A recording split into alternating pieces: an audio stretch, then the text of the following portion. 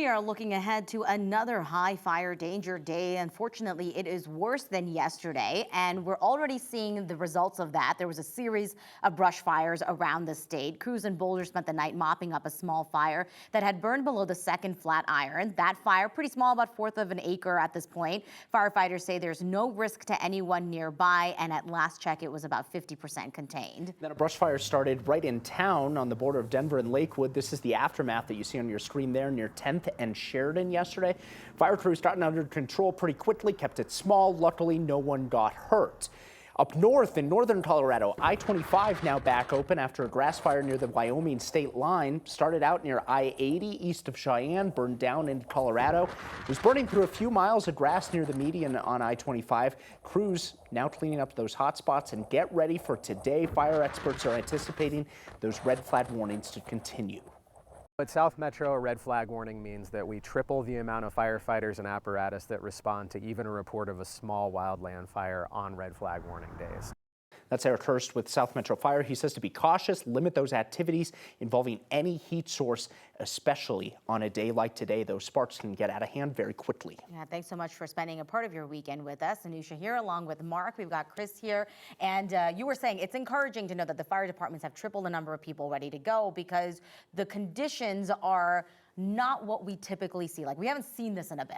Yeah, and there's kind of different kinds of red flag warnings, right? When fire weather warnings is what they are. Today is when we're talking about wind gusts up to 65 miles an hour.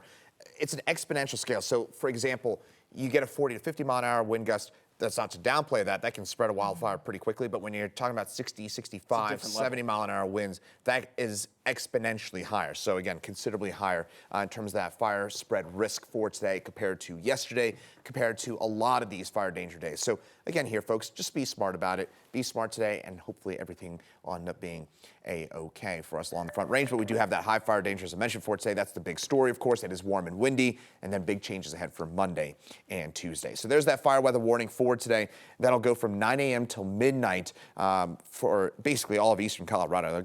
For winds, again, up to 65 miles an hour. That's what's, again, causing that point of concern for us for today. So here's a couple things to just keep in mind.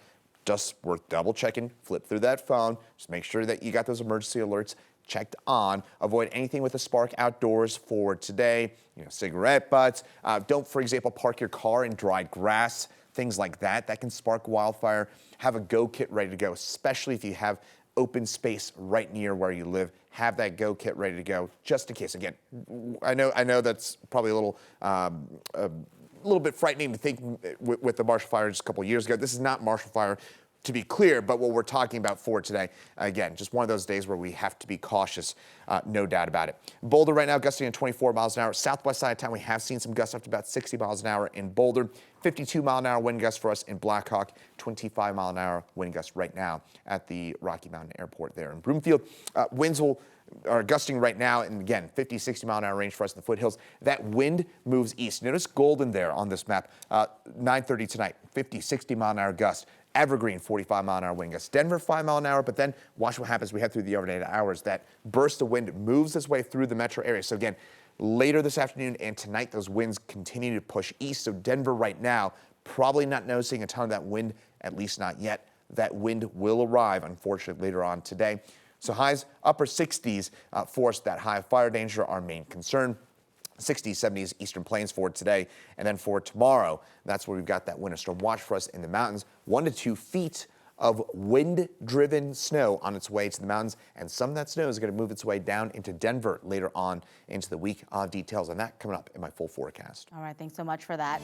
The investigation is just starting after Denver police said that someone found a man's body in a cemetery Saturday. This happened at the Fairmount Cemetery in Denver. It's just off South Quebec and East Alameda. A viewer who was at the cemetery sent us some photos of police cars and the crime scene tape.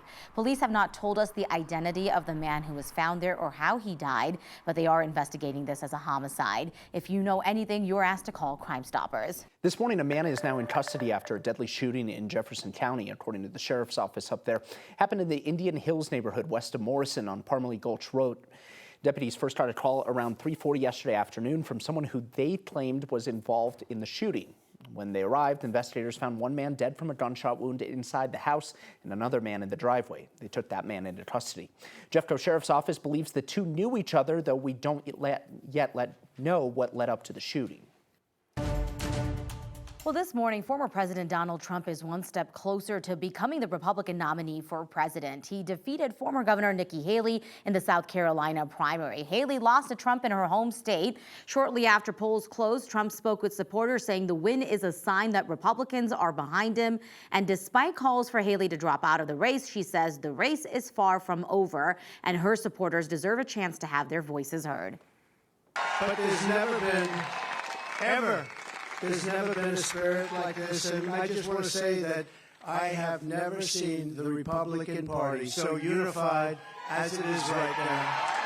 Never been like that. I'm not giving up this fight when a majority of Americans Now, disapprove both candidates are heading to Michigan for that state's primary. On Saturday, Missouri Republicans will be voting in the state's first caucus in more than a decade. And with the future of her campaign uncertain after yet another loss, Nikki Haley will now come to Colorado this week. She's hosting a rally at Winds Over the Rockies Centennial location on Tuesday afternoon.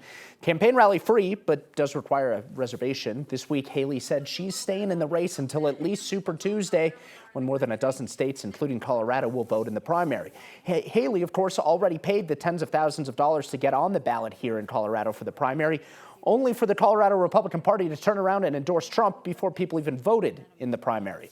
Now, Colorado voters should have gotten their ballots in the mail by now, and you need to make sure that you mail them in before tomorrow. That's your mail-in deadline. After that, of course, you can drop them off at drop boxes or polling centers before 7 p.m. on March 5th. It has now been 2 years since Russia invaded Ukraine. Western leaders, including from Canada and Italy, had gathered in Kyiv to lay flowers, while Ukrainian troops are hoping for more support, even riding on crumbling walls that they just need artillery shells and aviation, and the rest they do themselves. Here in the U.S., rallies were also held in support of the Ukrainian people, including in Colorado. Right now, a U.S. aid package, including $60 billion for Ukraine, has passed the Senate, but it still needs House approval. So far, the European Union and other Western European nations have spent more than $100 billion since the start of the war. Meanwhile, the U.S. alone has spent around $66 billion in aid for Ukraine.